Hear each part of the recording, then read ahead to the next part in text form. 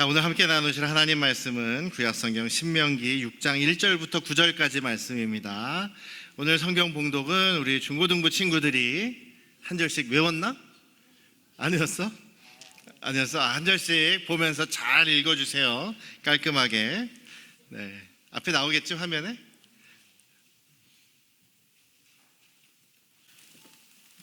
이는 곧 너희의 하나님 여호와께서 너희에게 가르치라고 명하신 명령과 규례와 법도라. 너희가 건너가서 차지할 땅에서 행할 것이니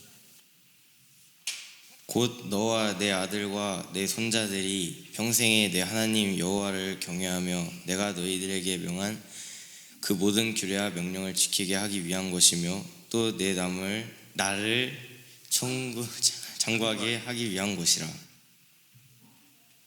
이스라엘아, 듣고 삼가 그것을 행하라. 그리하면 내가 복을 받고 내 조상들의 하나님 여호와께서 내게 허락하심 같이 젖과 꿀이 흐르는 땅에서 내가 크게 번성하리라. 이스라엘아, 들으라. 우리 하나님 여호와는 오직 유일한 여호와이시니 너는 마음을 다하고 뜻을 다하고 힘을 다하여 내 하나님 여호와를 사랑하라. 오늘 내가 내게 명하는 이 말씀을 너는 마음에 새기고 내 자녀에게 부지런히 가르치며 집에 앉았을 때라든지 길을 갈 때든지 누워 있을 때든지 일어날 때든지 이 말씀을 강론할 것이며 너는 또 그것을 내 손목에 매어 기호로 삼으며 내 미간에 붙여 표로 삼고 또 내 집 문설주와 바깥문에 기록할지니라. 아멘. 아멘. 인사. 할렐루야. 네, 우리 아버지 하나님의 크고 놀라우신 그 사랑과 은혜가 또 우리 함께 예배를 드리는 우리 안녕 성도교회 모든 가족들, 우리 초등부부터 우리 모든 어른들에게 이르기까지 충만하게 임하시기를 주님의 이름으로 축원합니다.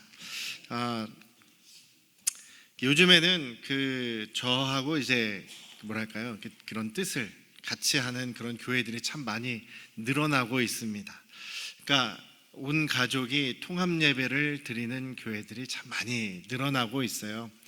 우리는 매주 드리지는 못하는데 어떤 교회들은 정말 오히려 매주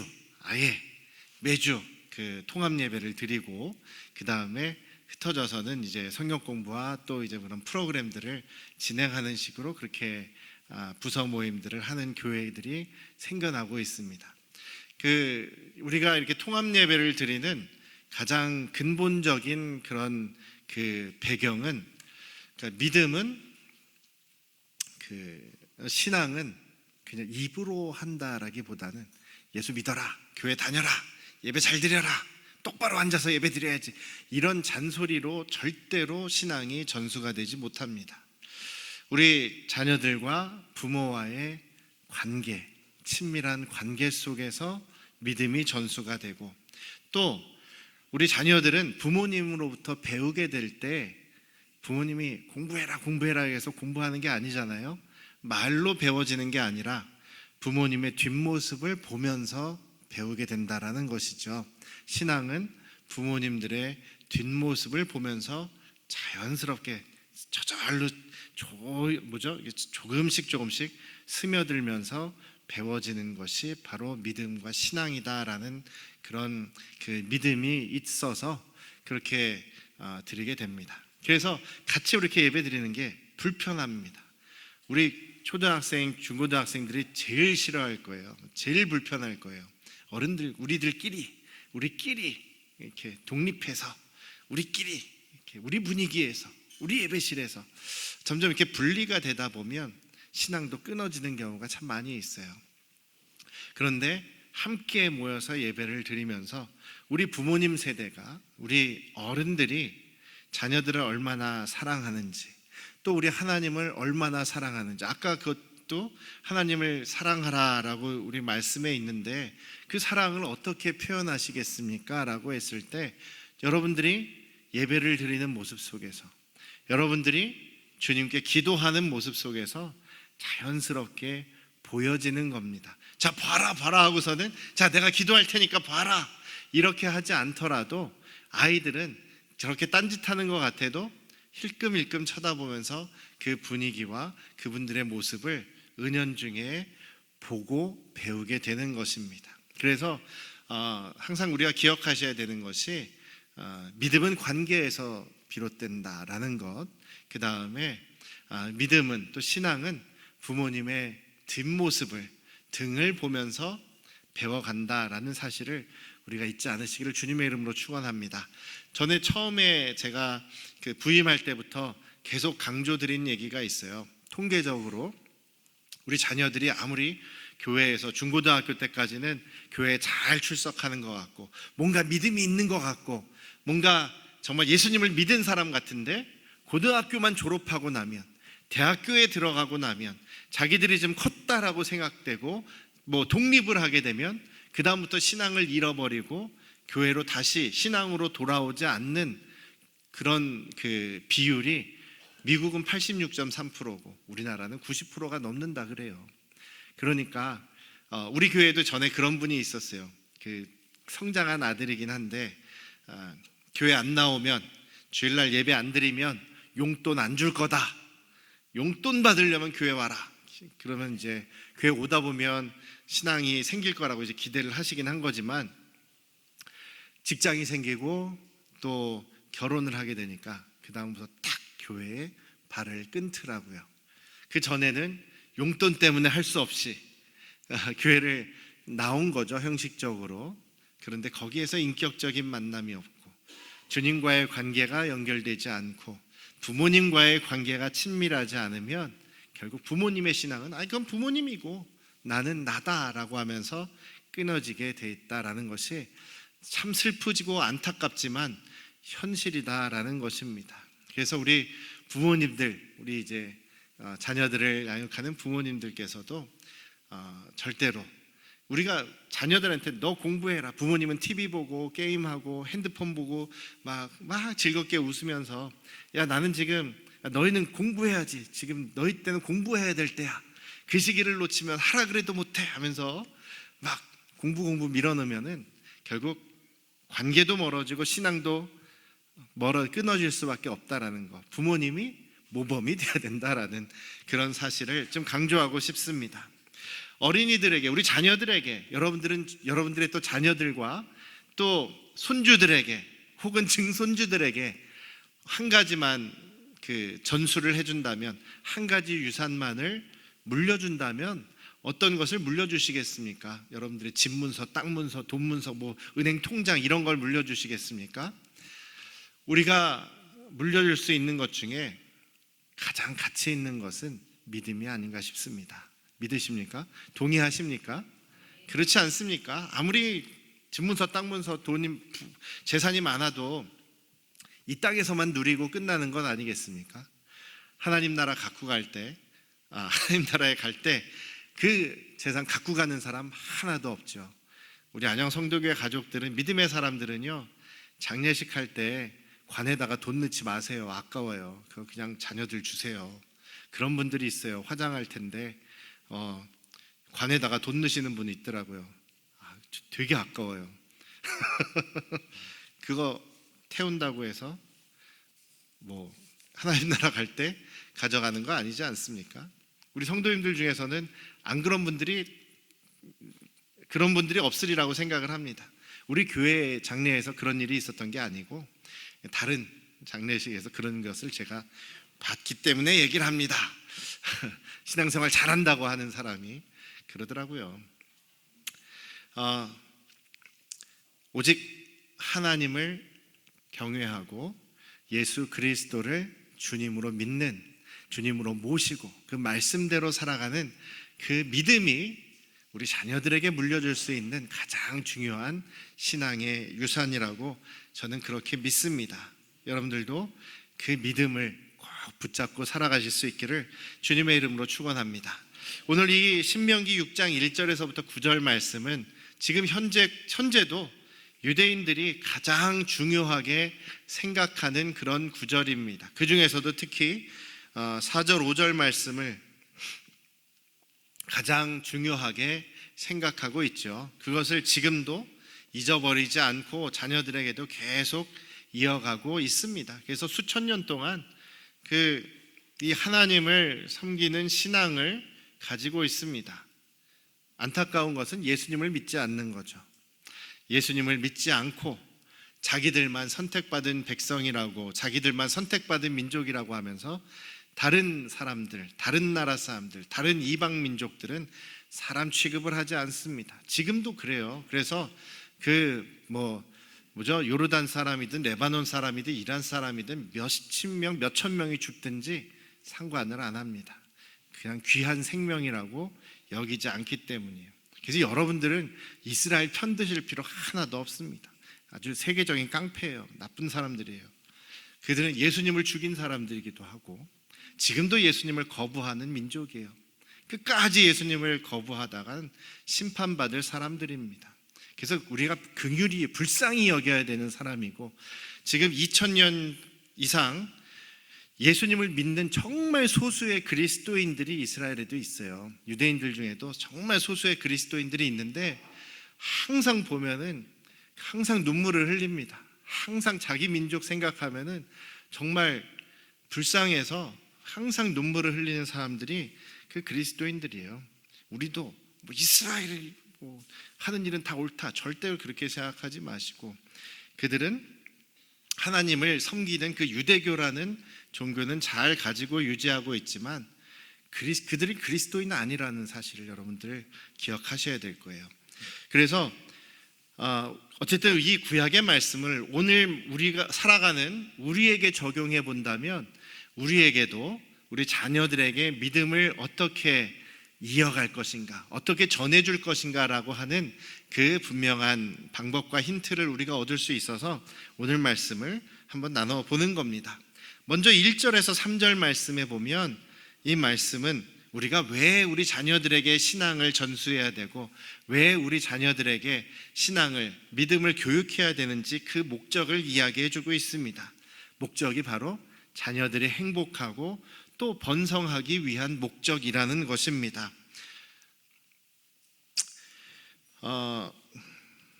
3절 끝부분 한번 보십시오. 이렇게 하면, 그 하나님의 말씀을 잘 순종하고 행하면 내가 복을 받을 뿐 아니라 하나님께서 허락하신 그 땅에서, 젖과 꿀이 흐르는 그 땅에서 내가 크게 번성할 것이다 라고 이야기를 하십니다. 행복과 번성이 하나님께서 이 말씀을, 신앙을 꼭 붙잡아야 되는 이유라고 말씀하십니다.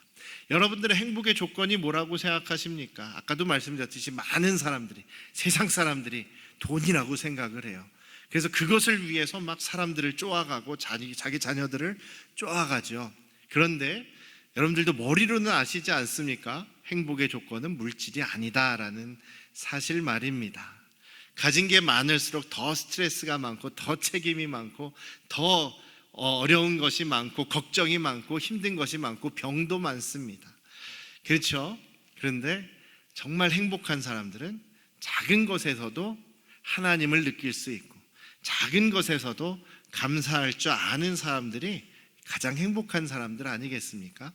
그래서 우리가 매일매일 작은 일상 속에서 하나님이 만드신 자연들, 아름다움을 여러분들이 보실 수 있으면 좋겠고, 또 내가 지금 걱정하고 참 내가 가지지 못한 수만 가지를 생각하면서 힘들어하기보다는 내가 지금 가진 것 하나를 가지고 감사하며 살아가실 수 있는 그런 저와 여러분들 되시기를 주님의 이름으로 축원합니다. 믿음은 하나님께서 어떻게 보면 이 세상의 풍조나 이 세상의 많은 사람들의 그 문화에 휩쓸리지 않도록 우리를 위해서 만들어 놓으신 안전장치 같은 것이죠. 가나안 땅은 굉장히 복된 땅, 좋은 땅이지만 반대로 죄의 유혹이 엄청나게 많은 그런 땅이기도 했습니다. 그런 땅에서 살아갈 이 이스라엘 백성들이, 그 다음 세대들이 죄로 인해 무너지지 않는 유일한 방법은 오직 하나님을 경외하고 하나님의 말씀에 순종하는 길이다라는 것을 오늘 이야기하고 있는 것이죠. 그래서 그 하나님을 순종하고 하나님을 경외해야 되는 이유를 4절에서 이야기하고 있습니다. 그 이유는 무엇이냐면 오직 하나님만이 한 분이시기 때문이다라는 거죠. 하나님만이 한 분이시다. 세상에 다른 신은 없다. 오직 하나님만이 한 분이시다라고 얘기를 합니다. 4절에 보시면 이스라엘아 들으라 라고 되어 있는데 원래 원문은 들으라가 먼저예요. 들으라 이스라엘아. 이따가 또 보여드리겠지만 쉐마 이스라엘이라는 히브리어로 시작하는 말이 이제 4절 말씀입니다. 쉐마가 들으라라는 말이고 이스라엘아가 되는 거죠. 그래서 4절 5절을 이 두 구절을 그냥 한마디로 쉐마라고 하는 겁니다. 그래서 여러분들이 쉐마라는 말을 검색하면 이 구절을 설명해 주는 겁니다. 그래서 지금도 유대인들은 이 쉐마 구절을 적어가지고 돌돌 말아서 작은 통에다 넣어놓고 그거를 팔찌로도 만들고 여기 이마에다 이렇게 두르는, 이건 목걸이도 아니고 이마걸이라고 할 수 있네요. 그걸 만들고 또 옷에다가도 넣어놓고 문지방에다가도 집 문 입구에다가도 만들어 놓고 그러면서 계속 그거를 만지는 거예요. 집에 들어갈 때 만지고 나올 때 만지고 자기 손에도 생각날 때마다 만지고 어떤 경우는 이마에다 만지고 인사하는 그런 풍습이 뭐냐면 이 하나님의 이 말씀, 하나님만을 사랑해라 라는 이 구절을 잊어버리지 않고 다음 세대에 전달하는 그런 신앙의 방법인 것이죠. 우리가 예수님을 믿는다라는 것, 우리가 신앙을 가져야 되는 가장 큰 이유는 세상에 다른 신은 없고 우리 하나님밖에 신이 없다라는 사실입니다. 그렇기에 우리는 하나님을 섬기고 하나님께 영광을 돌리는 것이죠. 그런 우리 믿음의 사람들이 자녀들을 이제 양육해야 되고 신앙을 전수해야 되는데 순서가 중요하다라고 얘기를 합니다. 여기서 보면 우리 자녀들은 신앙생활 잘해야 되니까 예수 믿어라 이렇게 가르치라는 얘기가 아닙니다. 먼저는 부모가 먼저 하나님을 사랑하고 섬겨야 한다라고 얘기를 합니다. 교육의 시작은 부모의 마음속에 먼저 하라는 이야기입니다. 5절 6절 말씀에 보면 부모에게 얘기하고 있어요. 너는 이라고 하시면서 너는 마음을 다하고 뜻을 다하고 힘을 다해서 너의 하나님 여호와를 사랑하라. 너의 자녀들이 하나님을 사랑하게 해라. 그런 얘기가 아니죠. 내가 먼저 하라라고 이야기하고 계십니다. 자녀들에게 가르치기 전에 우리가 먼저 하나님을 사랑해야 된다는 거죠. 아까도 말씀드렸듯이 우리 자녀들과 함께 예배드리는 것은 여러분들이 얼마나 하나님을 사랑하는지, 얼마나 구원의 감격이 있는지, 얼마나 온 마음을 다해 하나님을 사랑하는 것을 예배에서 표현하고 계시는지를 자녀들에게 슬쩍 보여주게 하기 위한 것이다라는 이야기입니다. 여러분들은 하나님을 사랑하십니까? 하나님을 사랑하십니까? 그렇죠. 우리의 정말 완전하신 아버지 되시고 우리를 너무나 사랑해 주신 분이시고 우리를 위해서 자기 하나밖에 없는 독생자를 주신 분이시기 때문에 요한복음에 그런 말씀이 있죠. 우리가 아직 죄인이었을 때에 하나님께서 우리를 위해서 자기 아들을 주심으로 하나님께서 우리를 얼마나 사랑하시는지 증명해 주셨다라고 말씀하시지 않습니까? 우리가 뭐 잘하고 있을 때, 잘 나갈 때, 헌금 많이 할 때, 이럴 때 사랑하신다는 것이 아니라 우리 죄인이었을 때도 사랑해 주셨다라는 이야기입니다. 우리가 하나님께서 우리를 먼저 사랑하셨기 때문에 우리도 사랑하는 거죠. 우리가 사랑하는 그 모습을 우리 자녀들이 보고 하나님을 사랑하는 것을 배울 수 있어야 되겠습니다.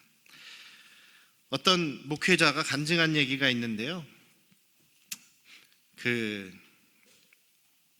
가난한 목사님의 아들, 가난한 목회자 집안에 태어나서 자라나다 보니까 불만이 많았대요. 평소에 하지 말아야 되는 것도 너무 많고 교회 성도님들 눈치도 너무 많이 봐야 되고 항상 사는 게 불편하고 우리는 왜 이렇게 가진 것도 없고 넉넉하지도 못하고 다른 친구들은 정말 떵떵거리고 막 학용품도 잘 사오고 그러는데 자기는 항상 쪼들려가지고 힘들게 살았다는 거예요. 항상 불만이 많았다는 거예요. 그렇게 불만을 가지면서 나는 진짜 고등학교 졸업하면 당장 떠날 거다라고 이렇게 다짐하면서 나는 신앙 안 가질 거다, 난 예수 안 믿을 거다 이렇게 생각을 하면서 마음속에서 반항하고 살고 있었는데 어느 날 밤에 자다가 잠이 살짝 깼다는 거예요. 잠이 깨서 이제 화장실 가려고 이제 거실을 딱 나왔는데 거실 한 구석에서 자기 아버지가 거실, 어두운 거실 한 구석에서 무릎을 꿇고 눈물을 흘리면서 기도하고 계셨다는 겁니다. 그 내용이 자녀들의 이름을, 자기 이름을 부르시면서 하나님, 이 아들을 긍휼히 여겨주시고 사랑해 주시고 세상 유혹에 빠지지 않고 우리 주님을 사랑하는 그런 아들로 자라나게 해주세요. 이런 기도를 하고 있는 걸 자녀가 온 줄도 모르고 뜨겁게 눈물을 흘리면서 기도하는 모습을 봤다는 겁니다. 거기서 충격을 받은 거죠. 자기는 항상 아버지한테 불만이 많았고 정말 내가 고등학교만 졸업하면 내가 당장 안에 떠나버려야지 이렇게 생각하고 있었는데 그런 자기를 위해서 기도하고 계신, 정말 눈물을 흘리면서 기도하고 계신 아버지를 보고 나서 그 아들의 마음에 정말 우리 아버지가 이렇게까지 사랑하고 의지하는 하나님이시라면 나도 믿을 수 있지 않겠나, 이런 마음이 생겨났다라는 것입니다. 여러분들 하나님을 사랑하십니까? 여러분들 자녀 혹은 손주들을 사랑하십니까? 그 자녀들이 자고 있을 때 그 자녀들을 위해서 뜨겁게 눈물을 흘리면서 기도하신 적 있습니까? 세 분? 세 분만 아멘 하신 것 같네요. 자녀들이 아플 때, 저희 어머니도 그러셨어요. 저 어릴 때 막 그 열이 펄펄 올라가지고 감기 잘 걸렸는데 열이 펑펑 올라가지고 밤에도 막 끙끙거리면서 잠을 못 자고 있을 때 우리 옛날에는 물수건 하셨잖아요. 수건 물에 적셔가지고 그때는 그 물이 참 시원해 보였어요. 그 수건이 짜가지고 이마에 올려주면서 눈물 흘리면서 기도하시는 어머니, 저도 경험을 했습니다. 우리 어머니도 그런 어머니셨어요. 기도의 자녀는 망하지 않는다라는 얘기가 있습니다. 부모님의 기도가. 그런데 자녀들이 정말 너무 모르게 기도하시면 안 돼요. 살짝 들키셔야 됩니다. 일부러 대놓고 기도하자. 자, 일로 와봐, 내가 축복해 줄게 하면서, 자, 엎드려봐, 자, 무릎 꿇어봐. 이 머리에 막 꽉꽉 힘줘 눌러가면서, 목 아프거든요. 꽉꽉 힘줘서 눌러서 축복 기도를 그렇게 대놓고 할 필요는 없어요. 그런데 여러분들이 정말 우리 자녀를 사랑하는 그 마음을 담아서 하나님께 기도하는 그 기도의 모습을 들키셔야 됩니다. 이렇게 들키는 방법은 꾸준히 하셔야 되고, 또 살짝 밤에 자고 있는데 살짝 크게 하셨다가 작게 하셨다가 살짝 깨도록, 그걸 여러분들이 의도한다고 되는 건 아니겠죠. 계속 하다 보면 자녀들이 볼 때가 있다는 것입니다. 자녀들은 그런 모습을 보고 감동하게 되죠. 정말 아버지가 나를 사랑하는구나. 맨날 공부해라 이런 거 같았는데, 지겨웠는데 살짝, 그런데 나를 이렇게 사랑하고 계시는구나 라는 것을 그런 모습을 통해서 경험하게 되는 거죠. 저도 미국에 있을 때, 미국에는 의료비가 비싸지 않습니까? 우리나라는 좋은 나라예요. 보험이 얼마나 잘 돼 있습니까? 감기 걸려서 막 열이 펄펄 날 때 바로 아무 생각 없이 병원 갈 수 있지 않습니까? 병원 가면 비싸도 요즘에는 그래도 병원비, 진료비 10,000원 이하고 또 약 타는 거 몇천 원 이렇게 살 수가 있잖아요. 물론 의료 보험비를 또 매달 내긴 합니다만, 미국은 의료 보험비를 개인이 한다 그러면은 요즘에는 환율이 또 비싸졌으니까 한 달에 50만 원씩은 기본적으로 내야 될 거예요. 근데 그것도 100% 커버가 되는 게 아니라, 그거는 보험은 보험대로 내고 자기가 내야 되는 돈이 있어요. 의사를 만날 때마다, 전에는 50불이었으니까 5만 원이었는데 지금은 거의 8만 원을 내야 돼요. 감기 걸려서 의사 한번 만나려면 8만 원, 보험이 없으면 의사 한번 만나려면 15만 원을 내고 봐야 됩니다. 약값은 싼 줄 아십니까? 약값, 우리는 항생제 싸잖아요. 거기 항생제도 비싸요. 몇만 원을 내고. 제가 전에 우리 집사람 미국에서 맹장 수술 하게 돼가지고 응급실 가서 맹장 수술 받고 이틀인가 3일인가 입원하고 나왔더니 총 병원비가 우리나라 돈으로 거의 3,000만 원이 나왔어요. 그래서 애들 아파도 병원을 못 갑니다. 병원비가 너무 커가지고 병원을 못 가요. 최대한 버티다가 정말 얘가 죽게 생겼다 할 때 그때 가서 10만 원 내고 진료 보고 약 받아오고 이런 식으로 했었는데요. 그러다 보니까 정말 간절해지지 않습니까? 아플 때 기도하는 수밖에 없더라고요. 진짜 그 따뜻한 차가운 수건 물에 적셔서 냉동실에 넣었다가 얼음으로 차갑게 해서 아이들한테 해주고 그 다음에 눈물을 흘리면서 기도하는 방법밖에 없더라고요. 그래도 건강하게 잘 커서 얼마나 감사한지 모릅니다. 정말 하나님을 사랑하시고 자녀들을 사랑하신다면 신앙을 유산으로 물려줄 수 있도록 기도하시면서 사랑하시면서 축복하시면서 여러분들의 신앙을 자녀들에게 들켜가시는 그런 우리 안양성도교회 가족들 되시기를 주님의 이름으로 축원합니다. 그래서 어디 가든지 집안 가장 또 중요한 것이 일상에서 말씀을 잘 접할 수 있도록 하라는 얘기입니다. 어떤 집에 가면은 큼지막하게 우리 집에 복을 주시옵소서, 시작은 미약했으나 끝은 창대하게, 이런 거 붙여놓지 마시고요. 그런 것보다는 하나님의 사랑받는 가정, 우리는 하나님만 섬기겠노라, 뭐 그런 거 있지 않습니까? 하나님은 나의 목자 되신다. 예수께서 말씀하시기를 내가 곧 길이요 진리요 생명이다. 나는 부활이고 생명이다. 이런 것들을 이렇게 곳곳에다가 탁 심어 놓으시면 좋을 것 같아요. 어떤 가정이 그런 가정이 있었대요. 신발장에다가 이런 문구를 하나 적어 놨는데 그렇게 되어 있답니다. 세상은 너에게 성공하라고 하지만 하나님은 너에게 나와 함께 가자라고 하신다. 동행하기를 원하신다. 신발장에 신발 신으면서 동행하기를 원하신다라고 이렇게 적었다는 겁니다. 어떻습니까? 우리 세상에 나가기 전에 내가 누구인지, 내가 어떤 존재인지 그것을 분명히 생각하면서 나아갈 수 있다면 우리가 세상 속에 살고 있지만 세상에 파묻혀 사는 것이 아니라 구별된 하나님의 자녀로서 살아갈 수 있게 되리라고 믿습니다. 그래서 그런 한 가지 방법으로 우리 초등부부터 청년들까지 선물을 준비한 거예요. 어린이집 선물을 준비한 건데 여기 보면 히브리어는 이쪽에서부터 읽거든요. 쉐마 이스라엘 이렇게 돼 있어요. 영어나 한글은 이렇게 써 있죠. 쉐마 이스라엘 이렇게 적혀 있습니다. 뒤에 보면은 오늘 4절 5절 말씀이 적혀 있어요. 가방에다 이렇게 선물을 한 거는요. 이렇게 그래도 이 쉐마 말씀이 적힌 것 중에서 이게 제일 예쁘고 쓸만하더라고요. 그 가방에 이렇게 걸어놓고 학교 갈 때 이렇게 만지면서 읽어보면서 걸어가면 좋지 않을까. 무슨 부적 같은 거라고 생각하지 마시고 하나님의 말씀, 그래 우리 하나님 사랑하시지, 나한테 말씀하셨지, 이렇게 보면서 갔으면 좋겠다라고 해서 선물을 준비했습니다. 우리 자녀들, 초등부 학생들 우리 이거 볼 거죠? 우리 중고등부도 볼 거죠? 대답을 안 하네. 그래요. 우리 청년들도 이 말씀 붙잡고 살아갈 수 있기를 주님의 이름으로 축원합니다.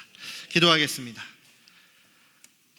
아버지 하나님, 우리 부모님들이 정말 이 어려운 시대를 살아오시면서 하나님만 의지하고 하나님만 사랑하시면서 그 어려운 시절을 살아오셨던 것을 보게 됩니다. 하나님의 많은 은혜를 경험하셨던 것도 우린 들어서 알고 있습니다. 이제는 우리 차례, 우리 다음 세대의 차례입니다. 살아계신 하나님을 우리 부모님들을 통해서 만나게 하시고 또 하나님의 말씀을 우리가 일상의 곳곳에서 붙잡고 살아가면서 주님을 배워가고 또 주님의 사람으로 세워지게 하여 주시옵소서. 이제는 우리를 죄에서 구원하신 예수 그리스도의 은혜와